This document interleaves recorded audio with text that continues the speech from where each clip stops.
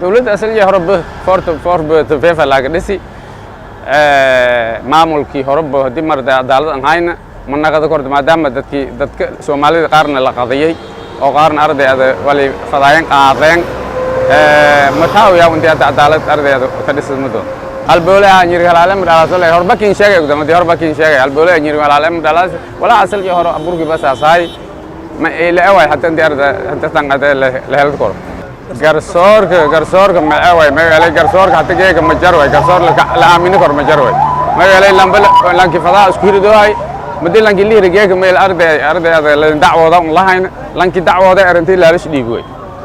lanki dacwooda ilaa lish dhiibo ma ilan ilaa mari ma isu aragaas lan taaso bilood hirin oo ardayda lanki ingiriisi ma kuma ingiriisi lanki hiridi ma qom ma ojibaanay kay meel rooba kale ma